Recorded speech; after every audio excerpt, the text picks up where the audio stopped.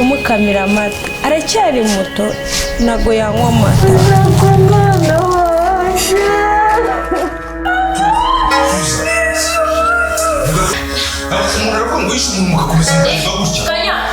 ase Fisto nkubaze ubundi wacimuse cyangwa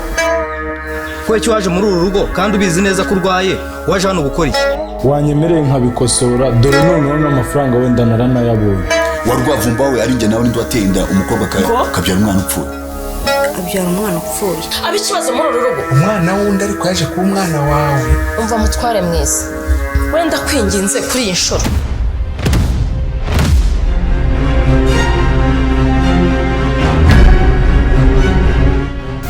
ngiye muri maruge ntukange mutareba inyuma ntimunahindukire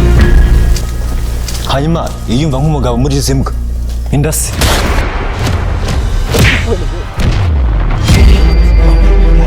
rimwe kabiri byashize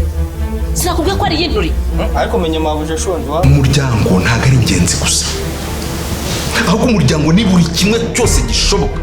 niyo mpamvu umugabo yicara akavuga ati nge nzakora buri kimwe cyose gishoboka ariko umuryango wanjye ujya imbere ariko kwihanganira kubana n'umwicanyi ibyo ntabwo bishoboka uwo mugabo ntago ari uwo kwizerwa Bravo ntago ari uwo kwizerwa nko uricaye gutyo urakanuye gutyo gusa nubwo tutarabasha gutandukanya umugabo n'ikigwa oya papa ndabizi come on bro niba twahembwe kuki tutasepera twanyweye twasinze ibibazo turabihuje umukinya no kumvise niza yari atwite rwanda twabuze umuntu mama nanga papa nanga umuryango wacu ndakora igishoboka cyose ngarukire imirambo 3 allo minister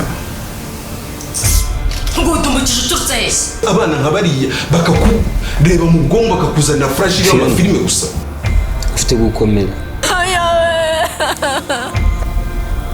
kuki ushaka guteshanya ku mutwe amwirukanka amutoteza ashaka kumwica kuko ugiye gupropose